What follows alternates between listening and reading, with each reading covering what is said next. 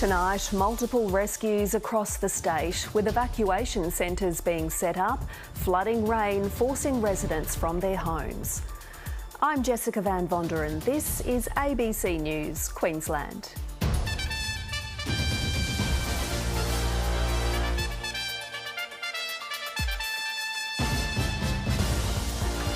Market meltdown, tens of billions of dollars wiped from the ASX as the war sends oil prices skyrocketing.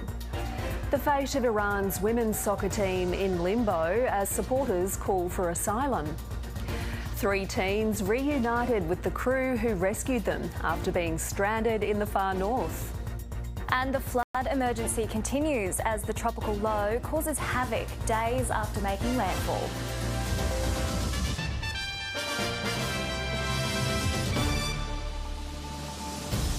Good evening. Roads have been cut, rescues carried out and evacuation orders issued after heavy rain lashed central and southern Queensland. An emergency alert is in place for parts of the Fraser Coast, North Burnett and Central Highlands. And there are fears the Burnett River could reach the major flood level at Bundaberg by tomorrow night, a similar level to the 2010 floods. Trapped by a creek that has become a torrent west of Gympie, a man sits precariously on the roof of his car. Fortunately, swift-water rescue teams were able to reach him. As a huge band of rain swept down from the north, his was not the only rescue. The 2 occupants of this car in Bargara were also removed safely. The driver was fined. Think about it through the eyes of those emergency services personnel. They got loved ones too, and anything you can do to stay out of harm's way helps everyone. After 66 millimetres fell in an hour, residents of Sapphire in the Central Highlands woke to an eerie sound.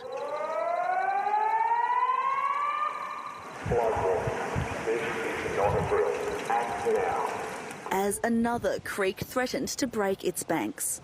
While in the Burnett region, Paradise Dam began spilling this morning. Bridges were closed and hotel staff trapped in Maryborough as the Mary River began to rise. I live out of town, so I'll go stay at the pub tonight so I can make sure I get to work tomorrow. Further west, parts of the Western Downs had the kind of rainfall not seen in years. This motel owner was up all night, accommodating 20 people caught in floodwaters in Chinchilla. In country towns like Chinchilla, it's great where people can open a door and say, look, come in, you need a hand and we're there for you. For many, soaking rain is very welcome, but it's more than some roads and bridges can handle. I can't believe the quantity. It's way more than what I've had in one hit. Charlie's Creek here at Chinchilla is currently at the moderate flood level, but the Bureau of Meteorology is warning it could reach the major level overnight. So as the rain does start to decrease overnight tonight and stop tomorrow, downstream areas will still be experiencing the impacts of flooding. That's right, Jess. Well, I'm here at Charlie's Creek campground in Chinchilla, where several campers were evacuated in the middle of the night. The owner, Stephen Keating, says local police called him at around 1:30 this morning to warn him that the creek was coming up fast and they needed to get people out. He says just over an hour later, the communal areas of the camp had 60 centimetres of water running through them. Luckily, they were able to get 9 people to safety, but it was a scary experience. I didn't expect the water to come this far up and not so fast. We've experienced it over the last 10 years, but not the water to come up as fast as it did over a 1 hour period. Jess, while it is possible for further flooding along Charlie's Creek, the rain here has eased for now as that low pressure system moves out to sea. Grace Nakamura reporting there. Well, the Wide Bay region is bracing with major flood levels expected in Bundaberg. Jacqui McLaren is here. Jacqui, what can you tell us? Well, Jess, let's dive straight into the radar, and we can see that rainfall now moving offshore from the Capricornia, Wide Bay and Burnett regions, where we have seen falls of more than 200 millimetres fall within 6 hours. The system, of course, as we mentioned, moving offshore. Right now, though, the focus is around the Bundaberg region, where major flooding is possible from Tuesday evening, similar to levels that we saw in 2010. So do stay with us. I'll have more details for you very soon. To the war in the Middle East, which has sent the price of oil soaring, raising fears of it reigniting inflation and prolonged pain at the petrol pump. Strikes on oil production and storage facilities in Tehran and across the Gulf have markets in a tailspin. Australia's had its worst day on the ASX since Donald Trump's so-called Liberation Day. The sharp sell-off shedding $120 billion at one stage. And the price of oil has been surging towards $117 a barrel, at one point up 25% in a day. We begin our coverage with Chief Business Correspondent Ian Vonderen. Roads lined with flames and pillars of fire over Tehran. Daylight revealing the impact of Israeli strikes on a major oil depot that's still burning and now raining oil onto the city's residents. But you can see that the rain water is actually black, also saturated with oil. Across the Gulf, energy and oil infrastructure has been pounded. From Kuwait to Saudi Arabia, scenes of destruction that have markets in a tailspin. And the price at the pump rapidly ticking up. I used to fill it with $60 and now it's like $80. We pulled up and it was $2.46, and when I filled up in the morning it was $3. US President Donald Trump says the oil price pain is a very small price to pay, claiming they will drop rapidly when the war is over. Cold comfort for farmers across Australia. I can't believe that diesel's already over $2 a litre. This is crazy.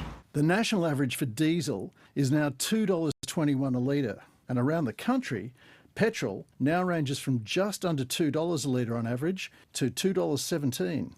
Every action possible is being taken to help Australians and Australian farmers and Australian industry. It's not unusual for markets to act and behave like a deer in the headlights, waiting for the train to hit. As we saw during Russia's invasion of Ukraine, fuel prices drive inflation. It took 3 years and 13 rate hikes to bring that price spike to heel. We're also seeing higher prices for gas, for LNG, and this is causing concern that electricity prices are going to increase and skyrocket again in Australia. National Australia Bank is predicting that this oil supply shock could send inflation up to 5%. This creates an enormous dilemma for the Reserve Bank. Higher fuel and electricity prices takes money out of people's pockets, reigniting the cost of living crisis. But it may be forced to jack up rates just to keep inflation in check. A bitter pill for the nation's more than 3 million mortgage holders. Ian Vonderen, ABC News. In Queensland, the state government's warning fuel security issues could soon have a major impact on our daily lives. For more, I'm joined by state political reporter Jacqui. Jack, what is the government worried about? Well, Jess, the Queensland Treasurer David Jacqui has written a strongly worded letter to Federal Energy Minister Chris Bowen. He's raised concerns many small family-run fuel distributors supplying primary producers and farmers in regional Queensland can't get diesel from major wholesalers. And he says based on discussions with producers and transport operators, there's a high risk of significant disruptions within days. Now, David Jacqui says he wants an immediate update from the federal government on its fuel security plan. The Federal Energy Minister Chris Bowen is expected to hold further talks with the diesel and petroleum industry tomorrow. Jess. Jack, thank you. Well, it's not just the price of oil and gas that's surging. The crisis in the Middle East is expected to start impacting the cost of food, as well as the cost to ship it around the world. Here's Alan Kohler. Over the weekend, investors went from worrying to panicking. And when the market opened this morning, they were selling for whatever they could get, and then kept panicking as the morning wore on. At lunchtime, beachcombers moved in looking for jewels in the Jetsam, and prices rose a bit. And in the end, the market fell a bit less than 3%, with miners and banks hardest hit, led by BHP, which definitely wouldn't have fallen as much if it hadn't got rid of its petroleum division. Petroleum stocks, Woodside and Santos, were the only ones to go up. What investors are freaking out about is the possibility of stagflation, which is a combination of recession and high inflation, which is what happens when inflation is caused by a supply shock. as in the 1970s. In those years, in real terms, that is after inflation, the share market fell 74% and the bear market lasted for 4 years. Stagflation is toxic for share prices because not only do company profits fall with the economy, but long-term interest rates go up as well, reducing the valuation of those profits. A double whammy for prices. It's not just the oil price that's going up this time, but also jet fuel, which will push up airfares, the price of LNG and, importantly, the cost of shipping it, up more than 500%. Urea, which will push up the price of fertiliser and therefore food, and naphtha, which will push up the price of plastics. To say that the closure of the Persian Gulf is a big deal for the global economy and markets is an understatement, especially for Japan and Korea, where share prices fell the most today. The US market fell on Friday mainly because jobs fell 92,000 in February, reversing the big rise in January. The US economy has created no extra jobs for 12 months, but economists don't know whether that's because of Donald Trump or AI, or both. Here's a roundup of the commodity prices, and you know things are bad when even the safe havens, gold and silver, are unsafe. And food prices are starting to move. Wheat and cocoa up more than 5%, sugar 2.8%. Finally, tonight's anticlimax. The Aussie dollar is unchanged at 70 US cents. And that's finance. Alan Kohler there.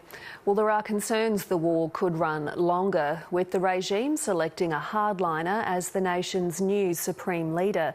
Ayatollah Ali Khamenei's son has been named as his replacement, an outcome the US president had warned would be unacceptable.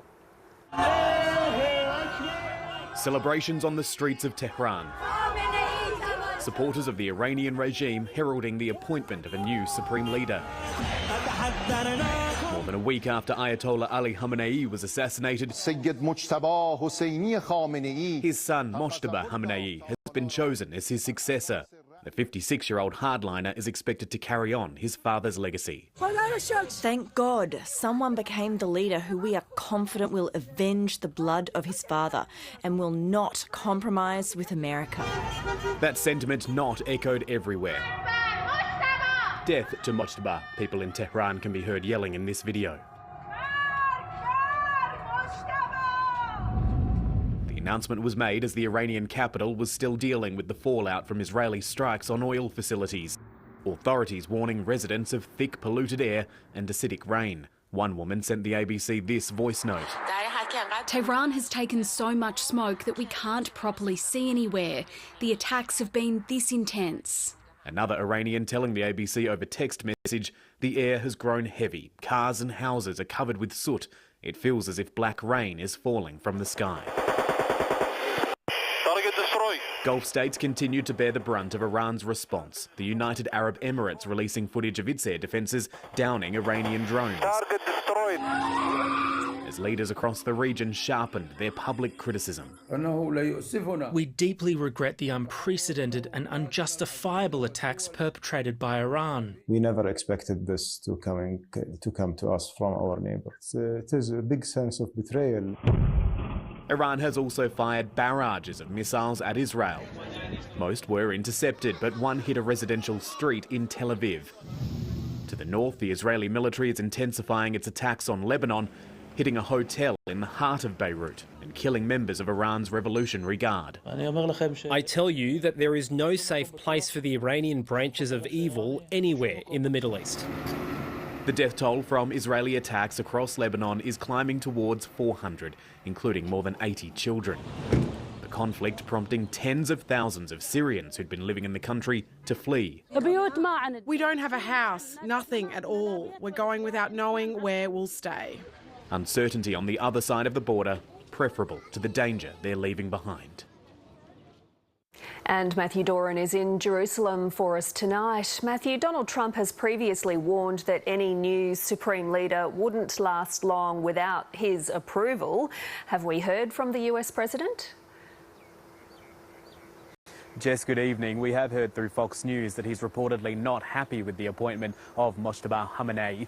The insistence from Donald Trump that he was going to have some sort of role in picking the new supreme leader of Iran was always going to be a stretch. This is a very different scenario to, say, Venezuela, where the US tried to enact regime change there earlier this year and has been praising the new leader in the weeks since then. The fact that Iran has appointed this new supreme leader so swiftly is a reflection of what it's trying to show to the world, that it is still firmly in power in Iran, despite more than a week of intense strikes by the US and Israel. It is also a reflection of the view that people like the Iranian president are not calling the shots here. That is the power all comes from the supreme leader. Now, Mojtaba Khamenei, he is something of a known entity. He's been a feature of the leadership for some time, so the US and Israel will have something of a read on him. But when it comes to ending this conflict, Donald Trump is saying that decision would be a mutual one with the Israeli Prime Minister Benjamin Netanyahu.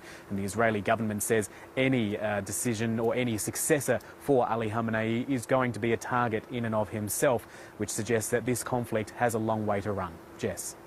Matthew Doran, thank you. The Iranian community in Australia is becoming increasingly worried about the fate of the country's women's soccer team if they return to the war-torn country. Supporters are calling on the government to grant asylum, but with the team under a strict lockdown and due to leave the country any day, their future is unclear. They've really put their hearts on their sleeves. The tournament is over for Iran, but the drama is only just beginning. Supporters surrounding the Iranian team bus as they leave their final Asian Cup match on the Gold Coast, warning they could face punishment if they're returned home.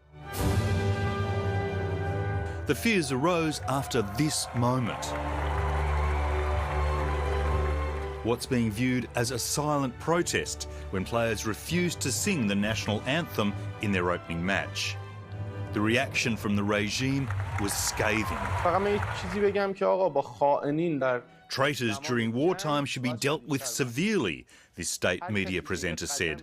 So we don't know if these girls are going to be arrested, if their family is going to be under more pressure, if they're going to be executed, if they're going to be sexually assaulted. Our responsibility now is to continue to work as hard as we can on the AFC, FIFA and also the Australian government to ensure that every bit of pressure is applied to make sure that the players are safe. The exiled Crown Prince of Iran, Reza Pahlavi, has also weighed in, writing, "I call on the Australian government to ensure their safety and give them any and all needed support." If asylum is requested, I have confidence that the government will give it due consideration. Decisions on visa matters are made by Home Affairs, and where it's appropriate to do so, we'll be providing further information. The players have been kept under a strict lockdown, so it's uncertain whether they want to seek asylum in Australia.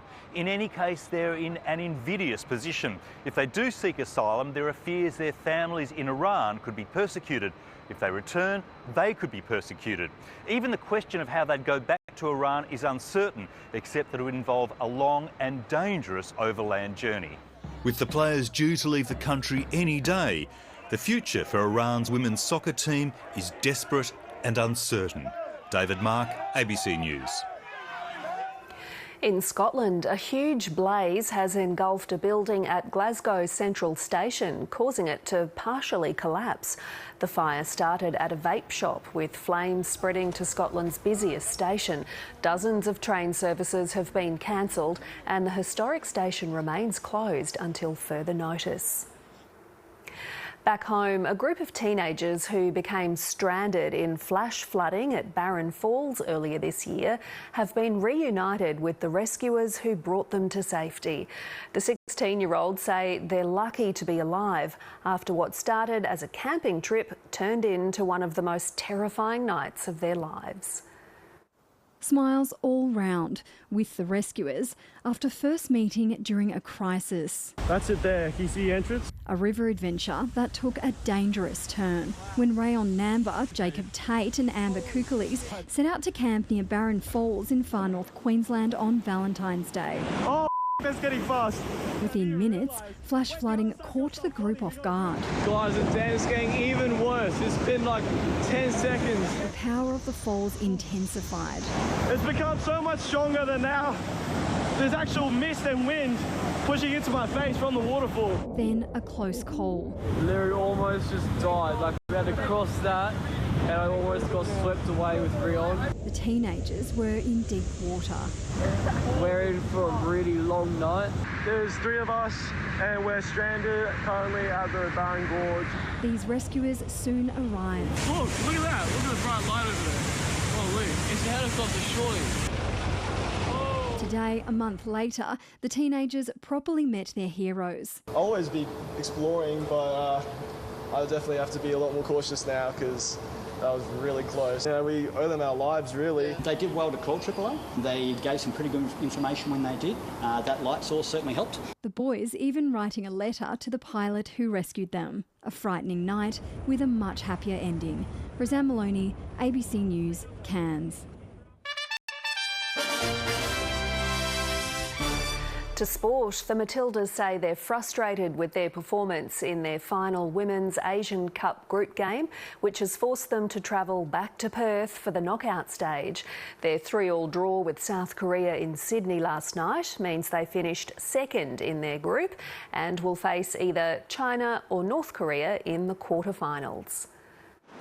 The Matildas are on the move again. Second spot in the group meant a 5-hour flight to Perth instead of staying in Sydney. We're professional footballers. We know how to recover, to travel. We do it all the time in Europe. There's no time to dwell on the frustration of the draw with the quarter-final quickly approaching. We needed more goals. We didn't get them and, we're going another route. Simple as that. Yu Jeong driving into space. Australia needed to win to top the group, but the visitors struck first. And it's a dream start. The Matildas had a strong finish to the first half to take the lead. First time finish, and she does so with aplomb. But that momentum didn't continue, with South Korea scoring 2 quick goals after the break, and the Matildas threw away chances to hit back. We didn't manage the moments well with the ball. That's the honest truth. Defender turned midfielder Alana Kennedy scored a late equaliser, her 4th goal of the tournament. I think you saw the Matildas' mentality at the end of the game, which is really pleasing. We'll bring that into the next match. Steph Catley left the field early with a concussion and would be a big loss if she's ruled out. A tournament record crowd of over 60,000 people attended, with many fans likely to miss out at the 20,000-seat Perth Rectangular Stadium for Friday's quarter-final. Amanda Shalala, ABC News, Sydney. In the AFL, the Lions will head to the tribunal to challenge the bans handed to 2 of their key defenders.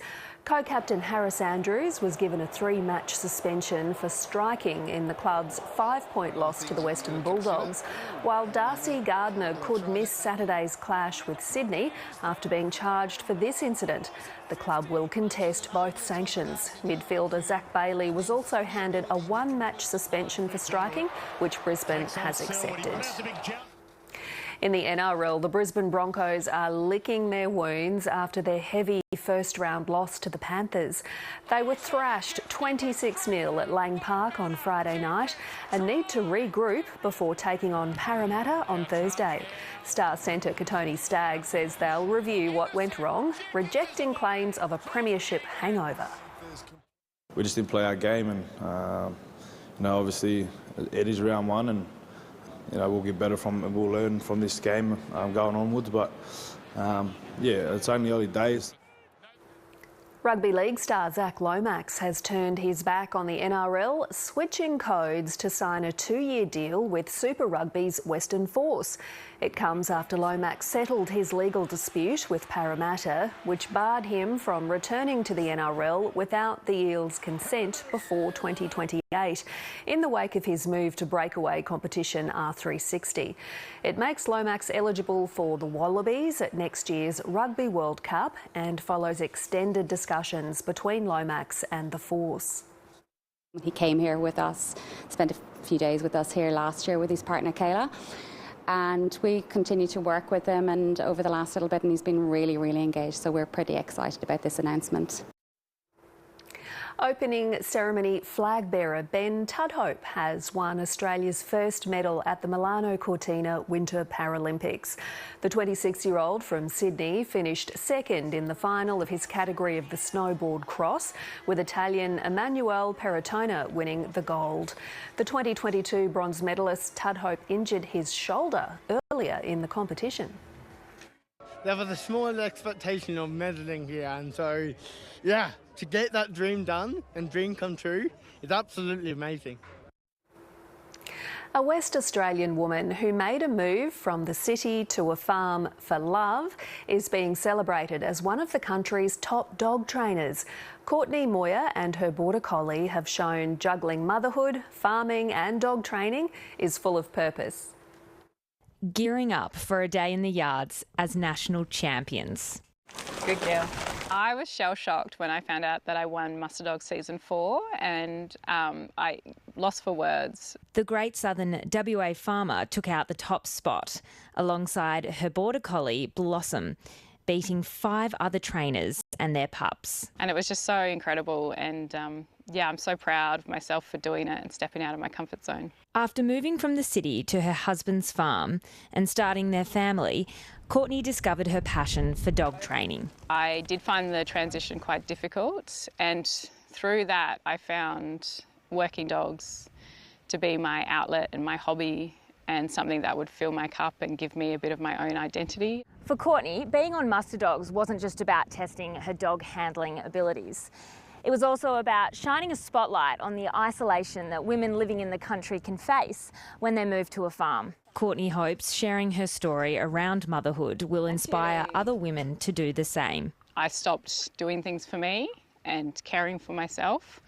So it was very difficult and taxing and just no self-love. I just, cracked a bit and there was not a lot of support out here for me. My family was far away and, this is all new. But she discovered she's not alone. I've had a lot of positive feedback, a lot of women messaging me and wanting to connect and just saying that they, have felt the same things. From hardship, a new passion has blossomed. And this top dog is making sure life is as good as it can be. Kate Forrester, ABC News, Cape Rich. Weather now, Jacqui's back with us, and Jacqui, that's a fantastic rain gauge. I know, Jess. Colin sent this one in from his property near Alpha. Happy to see the rain man holding a full gauge. Meanwhile, in Tambo, Louise was lucky enough to stumble upon a rainbow this afternoon. Thanks, everyone. Checking today's temperatures now, and Windora out on top, 36 degrees. Brisbane, quite a cool start to the week with a top of 23. Onto the satellite now, and we can see where the action has been under this blanket of thick clouds stretching from the top end all the way down to the southeast. As for what's next, 3 things really. First, 29U will continue to march offshore tonight. Second, that connecting trough will follow. And third, we'll see a ridge of high pressure start to kick in. So that means these really heavy falls will take their foot off the pedal as we head into the next few days. Tonight, though, the focus is now turning to flooding. Most of the state's still on watch, with all eyes on catchments across central parts, including the Mary and the Burnett rivers, especially around Bundaberg. But let's check forecasts now and a quick look across the country first. Showers easing in Darwin, Adelaide heading for a sunny day, a top of 32, sunny in Perth as well, heading for 25 degrees. Back home now, and in the north, the northern interior, you may continue to see those heavy falls, but it is going to be warm for those of you along the north tropical coast. We may see a shower and also a possible storm. Townsville, you're heading for a top of 32, Cairns 33 for you. Across the interior, skies are clearing. Those closer to the coastline, you've got a strong marine wind warning in place, and it is sunshine for you in the west. Birdsville, you're heading for a top of 37 degrees. Roma, a little cooler at 29 the top.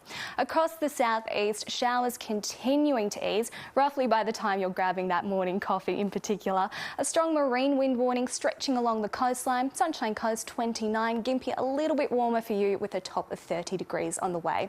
Brisbane waking up to a light shower or two, but it is easing throughout. 29 degrees for you. Redcliffe heading for a top of 30. Further inland, Ipswich 31 and Gatton a top of 30. Boaties on the bay, south to southeasterly winds reaching up to 30 knots. We've got seas around 1.5 metres, sunrise at 5:45 and sunset at 6:11. And looking ahead, the sunshine back in action, but temperatures will start to creep up on us as well as that cloud clears. But for now, Jess, just a reminder for those around central parts to keep an eye on those flood warnings. Yes, for sure, Jacqui. Thank you so much for that. That is ABC News to the moment. Thank you for your company tonight. There's more news on our website as always, but stay with us now here on ABC TV for 7:30 with Sarah Ferguson. Good night. Good night.